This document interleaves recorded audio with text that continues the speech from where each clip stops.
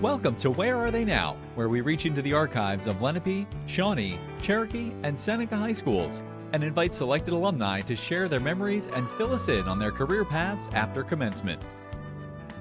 Since Lenape's first graduating class in 1961, Shawnee's in 1972, Cherokee's in 1978, and Seneca's in 2005, over 77,000 individuals have received diplomas from these four schools. Join us now for another Lenape District alumni interview on Where Are They Now? Hello and welcome to Season 20 of Where Are They Now? I'm Mark Sonsini, a 1996 graduate of Cherokee High School, and today we'll be talking with a Lenape alumnus from the class of 1994. He is currently the superintendent of schools for the West Deptford School District, residing in Marlton, New Jersey. I'd like to welcome Greg Cappello to the show. Greg, welcome. Thanks for being here. Thank you, Mark. Appreciate you having me. Yeah, great to talk to you today. I'm excited to hear about everything you've been doing since high school. But first, let's take a look back at your time at Lenape a little bit. You grew up in Mount Laurel? I did. Okay, and I know your brother Steve was the class of 97 at Lenape. He's been on the show before. Has he given you any tips about being here with us today? He said it was great and that he was excited to have me on also. Great. All right, let's talk about some of the teachers that you had at Lenape that made an impact on you. There were a couple groups of them. I know English was a big area of interest for you, and a few teachers there. You want to tell us about some of them? Absolutely. At Lenape in the 90s, as most people know that were around at that time, the English department was just a powerhouse of great teachers. Every single one of them was a superstar and really had an impact on a lot of us, especially me. It's one of the big reasons why I became an English teacher and really look back on those times and appreciate the learning. Miss Politis, who still teaches over Cherokee, was great. She's an outstanding teacher, and Dave Murphy was outstanding. Ms. Vandenberg and Mr. Sear and Mr. and Mrs. Wydell, just a great collection of teachers that really brought an energy and a passion to the profession. So several English teachers there that made an impact on you, and a couple in science as well. Tell us about those. Absolutely, the science department was great. Mr. Terreras was an outstanding biology teacher, and just a wonderful group of people. Ms. Robertson, who was my biology 2 teacher, just outstanding, caring. I'd say the culture of the time was they were student teachers first and content second, which really carried with me through my career, and I really learned a lot from all of them. Terrific. And some of the activities you were involved in at Lenape, you were in varsity club, winter and spring track, and football. So athletics was a big part of high school for you. Oh yeah. I learned just as much on the fields and the courts as I did in the classrooms, and just learned so much about sportsmanship and caring, and the coaches were outstanding. And I know one of the coaches that you mentioned earlier was Tony Escudero. Yes, legendary Tony Escudero, who actually had the opportunity to coach with when I was teaching at Shawnee. He was on the football coaching staff, and Tony was always great. Amazing coach, amazing person, father, and family man. He really is a legend. I think he's retiring this year. And he coached my nephew at Shawnee, who absolutely loved him, was one of his linemen. And can't say enough good things about Tony Escudero and Len Westman and Mike McHugh and just an amazing group of football coaches. Also, one thing I wanted to mention, what you mentioned to me, you broke your leg during, I think it was sophomore or junior year in high school. What was that experience like, being a kid so heavily involved with athletics and then basically being shut down for a while? What was that experience like for you?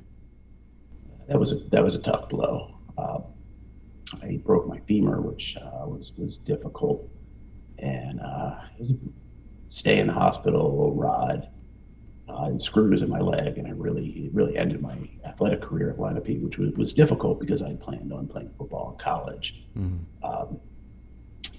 However, the counseling staff and the teachers come in my house to make sure that I stayed up with my academics. was really a good support network.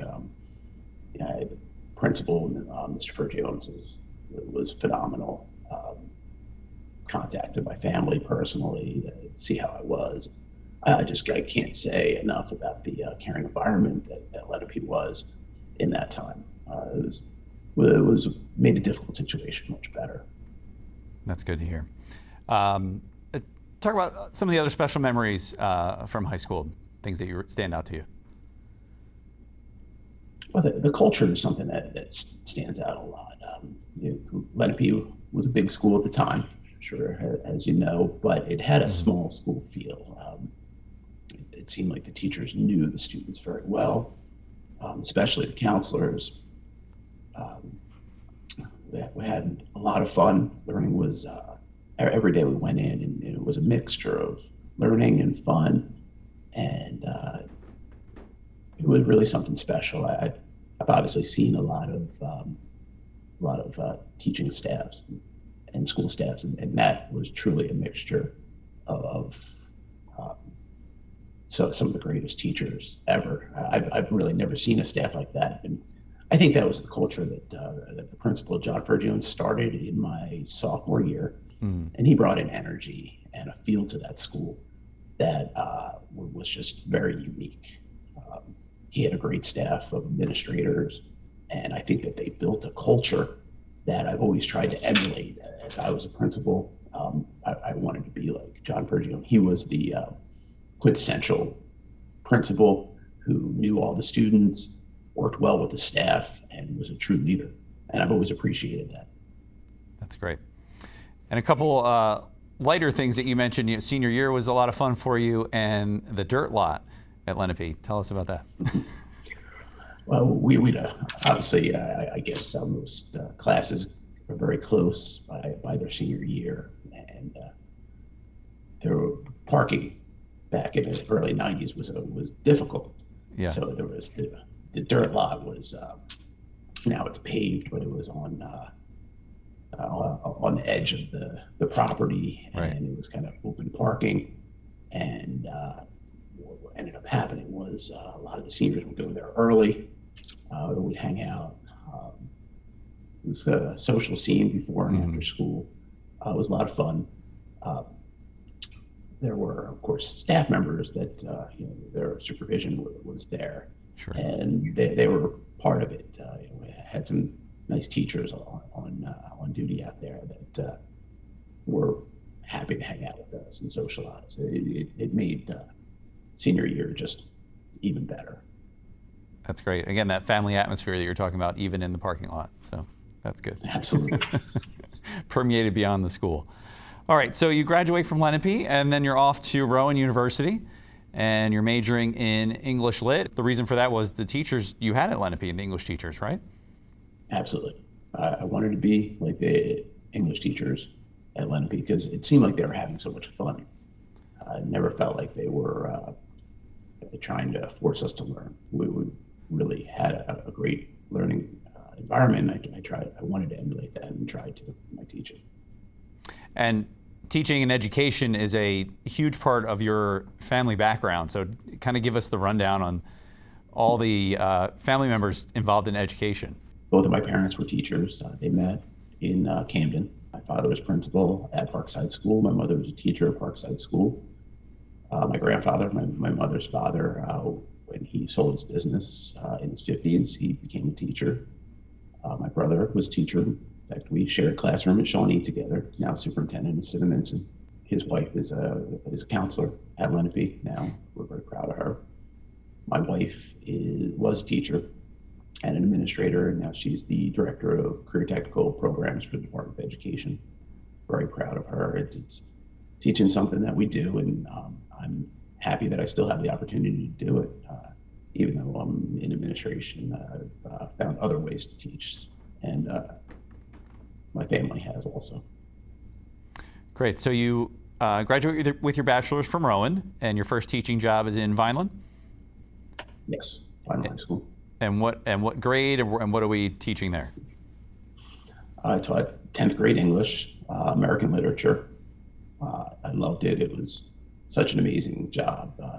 Students there were And it was a tough area in some ways because it was very, very diverse student population. There were students from every segment.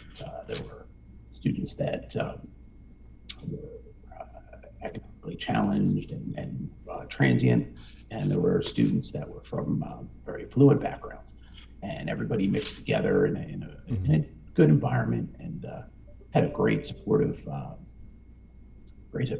department. I actually had the opportunity to share a classroom with John Fergione's wife, and she was a great mentor for me, and I loved it.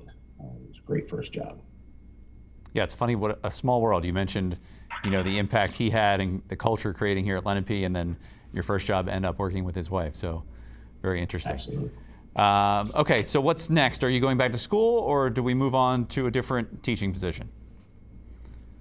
While I was teaching, started my master's programs. The first one at Rutland, the second one at Wilmington University, and continued with those. Transitioned that into the teaching position at Shawnee, where instead of English literature, I was teaching technology. I was certified in construction, and taught some wood shop, but also technology, taught computers, networking, general technology, and TV. So tell me, how did you get from, obviously, your degree in English, how did you get involved in teaching technology at Shawnee? I had worked in computers, technology, and construction, and I applied to the state with a vocational certification. Okay. And at the time, it was really hard to find technology teachers, which actually still is, but really difficult back then. And I knew I wanted to continue in coaching. And Tim Gushu and the staff over at Shawnee were first class, and really decided that's where I wanted to go. So I continued applying every year that I could to Shawnee, even when they didn't have any positions. I lived close by, so it was a natural fit. My brother really liked it over there, so eventually a job opened up, and moved into that, and it was great. It was a lot of fun. And you mentioned sharing a classroom with your brother Steve. He was the media TV technology teacher over there at the time. What was that experience like for you? It was fun. We had a really nice group there. It reminded me a lot of going to school at Lenape. After that came your first administrative opportunity? I became the athletic director at Camden County Technical Schools. A great first opportunity. From there, I transitioned into assistant principal and eventually became the principal at the Pennsauken campus. You're moving on from there. You become assistant superintendent at Monroe Township, and then superintendent of schools eventually in West Everett. This is all after getting your master's in educational leadership and also law school as well. Tell us about the decision there to venture into law school. That's a pretty interesting story. My brother decided he wanted to go to law school right after college when he was teaching, and he applied to Rutgers and Temple and got into everywhere, decided to go to Rutgers. And he asked me if I wanted to go to their orientation, which I decided to go with him. Okay. And I met the dean, and the dean said to me, "Hey, we're starting a new program for people that have master's degrees. You don't have to take the LSATs, just apply and you're in." So I did. And obviously my brother worked really hard to get in, so I felt a little bit bad that I just kind of walked onto the scene. Right. But we were teaching in the same classroom at the time and going to law school together, which was helpful. We worked together a lot. And it was difficult. We both had young kids at the time, but we had a lot of support and a lot of fortunate breaks. We both graduated,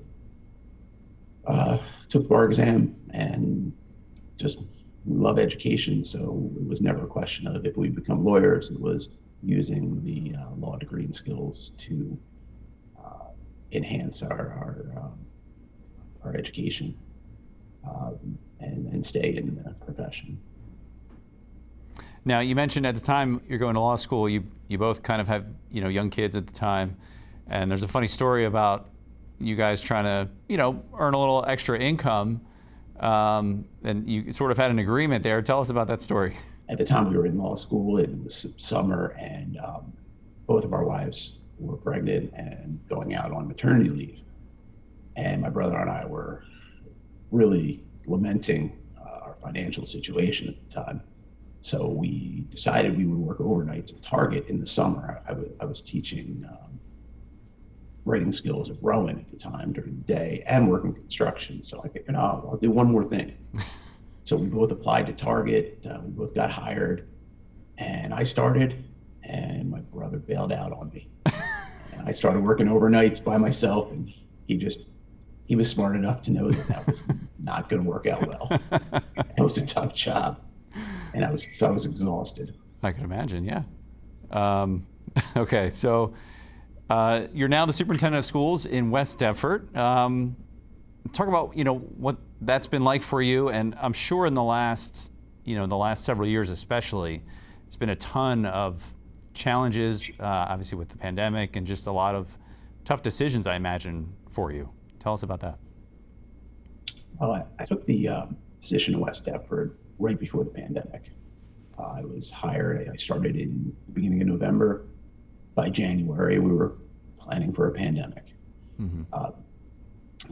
It's been a bumpy ride, but the thing about West Deptford, and one of the reasons that I wanted to come here and be superintendent, is this is a very, very close-knit community, and it's probably the most close-knit community I've ever seen. I mean, the whole town is green, everything is Eagles, everybody's on the same page, mm-hmm. and West Deptford is very passionate about being West Deptford. I was happy to come into that. Thing about West Deptford is there are no outsiders here. As soon as somebody proves themselves to be an Eagle, you're West Deptford, and West Deptford for life. Doesn't matter where you go. And I loved that. It reminded me a lot of Lenape and my roots. So when I took over here, we struggled through the pandemic and just ran ourselves ragged to make sure that the high level of academics and extracurricular activities stayed what it could be. Very bumpy ride. However, I'm very thankful. The Board of Education here has been great. The parents and the communities have been great. I certainly feel that we're fortunate, but it's been a struggle. I mean, I can't believe how much time the staff here, the teachers, and the admin have put in to making sure that we stay afloat. Very thankful for that. Yeah, I imagine coming in at the time that you came in, I imagine even with all the, education and preparation, you couldn't have really been prepared for something like that, kind of so quickly on the job. Right before it started, I had gone up to Poconos. My wife and I have a small cabin up there. And I remember lighting a fire, sitting in that fire and working it was a Saturday, from 7 a.m. to about midnight by the fire, just working with the team, preparing, trying to come up with how we were going to roll out the virtual education. And I remember at the end of it, I thought, I'm giving this 50-50, it's going to work. And thank God it did. The response to what we asked from our staff and everybody was miraculous. A lot of heroes made at that time, so we definitely commend you and your staff for your efforts on that. Thank you. Now let's away from education a little bit, but other stuff that you're involved in, and you were owner and instructor in the Full Circle Martial Arts Brazilian Jiu-Jitsu school, and that's obviously Jiu-Jitsu continues to be a big part of your life. Tell us about how you kind of got into running your own program. That's a great question. Great topic. I started training in karate in middle school with Lenape alum Gordon Pritchard at the South Jersey School of Korean Karate, and never lost the passion for that. In college, we had a karate club team, which I loved competing. Actually, during college, I started training with Club Shotokan, which is a location in Marlton. There was also one in Washington Township, so I could train when I was in college, also train when I was home, Okay. and got very close with that group. Stayed with them even as I transitioned from karate to MMA to Brazilian Jiu-Jitsu. Still trained at Club Shotokan. Eventually, Club Shotokan became Kazaki Kai and Full Circle Martial Arts. Got more involved with Full Circle in their MMA and Jiu-Jitsu programs. And we had some very successful fighters coming out of our programs, some UFC fighters, top names associated with Team Balance in Philadelphia. And it was just a natural progression where I left teaching to become an administrator, but I still wanted to teach and I still wanted to have an impact on students, and that was the way to do it. So I try to continue to teach as much as I can. I teach kids and adults, but I prefer teaching kids. They're sponges. They don't bring preconceived notions, and there's no ego. So I really continue to enjoy that.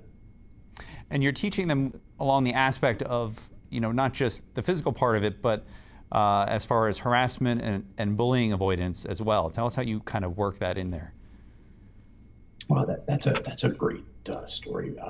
When I was assistant principal at the Pennsauken campus of Camden County Technical Schools, we had a little bit of an issue. We had some students that were dealing with a lot of aggression and issues. They grew up in some tough areas and had issues that no 15, 16, 17-year-old should have to deal with. And in a lot of schools, there's an outlet. There's a wrestling team, there's a football team, and there's ways that students can get involved and take that the difficult times in their life and turn them into something positive. But we didn't have wrestling and we didn't have football. Our school was career centered, vocational school. So I spoke to some people in the district and bounced the idea off and said, what if we have a mixed martial arts club? Students they watch the UFC, they want to turn that into something positive. Let's do it. So we created, we called the martial arts character program. So we took students that were interested in martial arts, brought them in, and then we brought some of our students that were struggling with behavior issues and anger issues. And we mixed them together. We taught all kinds of mixed martial arts and jiu-jitsu. We brought in some top people who volunteered to come work with our kids.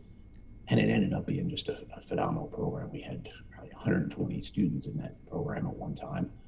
And a lot of our students continue to train. We have some actually top level jiu-jitsu fighters that are still out there training. Okay. And it turned into a great thing.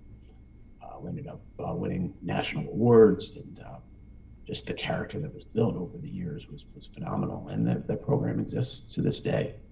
They're still teaching it, which I'm very proud of. That's fantastic. So obviously, jiu-jitsu and martial arts and, kind of, to loosely term that, fighting has been a big part of your life. And recently you were diagnosed with cancer, and that ended up being a pretty big fight for you as well, even though it didn't look that way when it started out. I've tried to bring a little bit of awareness. I made some mistakes along the way. I didn't feel right. I felt that there were some physical issues that I was having, but I kept pushing through it. Didn't want to go to the doctor, put it off, and that was a mistake. I've been trying to encourage people to listen to what their body is telling them so they don't make the same mistake.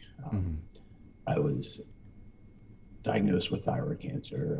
I was told, okay, it's thyroid cancer. It's, nobody wants cancer, but if you're going to get cancer, that's the kind you get. They're just going to take out your thyroid. It'll be an hour surgery. You'll take thyroid pills for the rest of your life. Everything will be great. Everybody knows somebody that went through it. Unfortunately, it didn't go that way. Ended up in a 6-hour surgery. The cancer had spread, and I wish that I caught it earlier.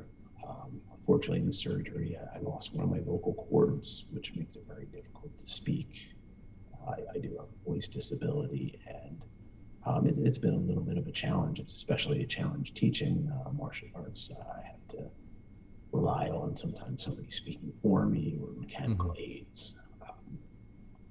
So it's been a little bit of a challenge. However, I do count myself very fortunate. Cancer has been, I think, something that's touched everybody's life. And my mother, unfortunately, died of cancer in 1999. And my dad's suffering with the same type of cancer that my mom had for 20, 25 years. So I'm fortunate. I'm happy to be as good shape as I am, and I'm looking forward to getting even better. I see physically better things coming. I just want to make sure that people don't make the same mistake that I did, and that they listen to what their bodies tell them. And that's great that you're trying to spread that awareness and help others. And you mentioned before about, not only your family, but the whole West Deptford community. And I know both of those groups were really integral in helping you get through this tough time. Absolutely. My family's been wonderful. My wife petitioned the church for her to get sainthood. She has put up with so much, and just been wonderful. As a result of this, you're a Tap Cancer Out ambassador, which is a lot of fundraising jiu-jitsu tournaments. Is that correct? That is correct. Been involved with Tap Cancer Out since they started. It's been probably over 10 years. I went to the first Tap Cancer Out tournament and had a lot of fun. Went with Lenape graduate Eric Sparazza. We drove up to Connecticut to compete. We both lost family members to cancer and wanted to raise money. So we raised money, went up, competed, had a great time, and both of us have been raising money ever since. Tap Cancer Out started as a tournament fundraiser and now is a multi-million-dollar fundraising organization. The name of John Thomas, big jiu-jitsu supporter, excuse me, started the organization with his wife, and they just tirelessly fundraise, and the proceeds go to research. They have a very, very high rate of donation versus expenses. They're just amazing people and do an amazing job. I'm happy to support that cause. Terrific. Another cause you're involved with, you're a board member and officer at Haven Women's Homeless Veterans House. Tell us about how you got involved with them. Haven House is really a special place. It's a home for female veterans that are struggling with housing insecurity. I actually got a call from a friend of mine, Kristen Leone, also 1994 graduate of Lenape. She was the president. She's a nurse in the Navy, served in Iraq, and somebody that I have a lot of respect for. She called and asked if I would be interested in serving on the board. And I was blown away that she would think to ask me, and I was honored, and I'm happy to be part of that, and another organization that I'm happy to fundraise with. That's great. Let's talk about your family a little bit now. We mentioned your wife, Marianne, in education. You have your 4 kids, Kate, Steph, Gregory, and Grace. Are they all staying in the family business, or what are they up to? I think 0 of them will stay in the family business. Kate is in graduate school, psychology. She's talking about possibly becoming a school psychologist, which I would certainly be in favor of. Steph is at Rowan College at Burlington in construction management. She graduated from BCIT in their carpentry program. Okay. Gregory is at Rowan University. He is a health and exercise science major and a power lifter, and he's a Cherokee graduate. All right. He's doing great at Rowan. He loves it there. And Grace is a 9th grader at Cherokee. will say that Cherokee has been amazing for all of our kids. Great education, and very, very thankful to the district for keeping their standards as high as they have in this difficult environment. That's terrific. And in your free time, which I don't know how much of that you have, but I don't know, it seems like your days are longer than mine. Jiu-jitsu, obviously, MMA, boxing. You also like to do yoga, sewing, and playing music. What instruments are you into? I've been the world's worst guitar player for like 30 years. I enjoy it. I usually don't play for anybody. Myself and I torture my family with my guitar playing. I got into sewing during the pandemic when there were mask shortages. Started making masks and distributing them. And I enjoy sewing. Sewing and jiu-jitsu go together very closely because we're always putting patches and stuff on our uniforms. So I learned to do that. I'm also terrible at it. And sorry? Good. I was just going to ask you any plans for the future. Looking forward to many more years here at West Deptford. Looking forward to the family doing well and continuing to volunteer and really looking forward to giving back as I'm getting older. It's become more about what I can do for the communities and pay back the great things that I've been the beneficiary of. I feel very, very lucky and very fortunate, and really have a lot of love for the community, the Lenape Regional schools, the West Deptford community and schools, and the Jiu-Jitsu community and family. Happy to continue to give back. Well, that's great. There's a lot of people that I'm sure, are feeling fortunate for everything you're doing to give back. So thank you for that. And congratulations on all your success since Lenape. It's been great talking with you. We wish you continued success and good health in the future. Thank you for having me. It's a privilege. Thanks, Greg. And that's all for this episode of Where Are They Now? For another Lenape District alumnus interview, check us out online at youtube.com/Lenape District TV. Thanks for joining us. We'll see you next time.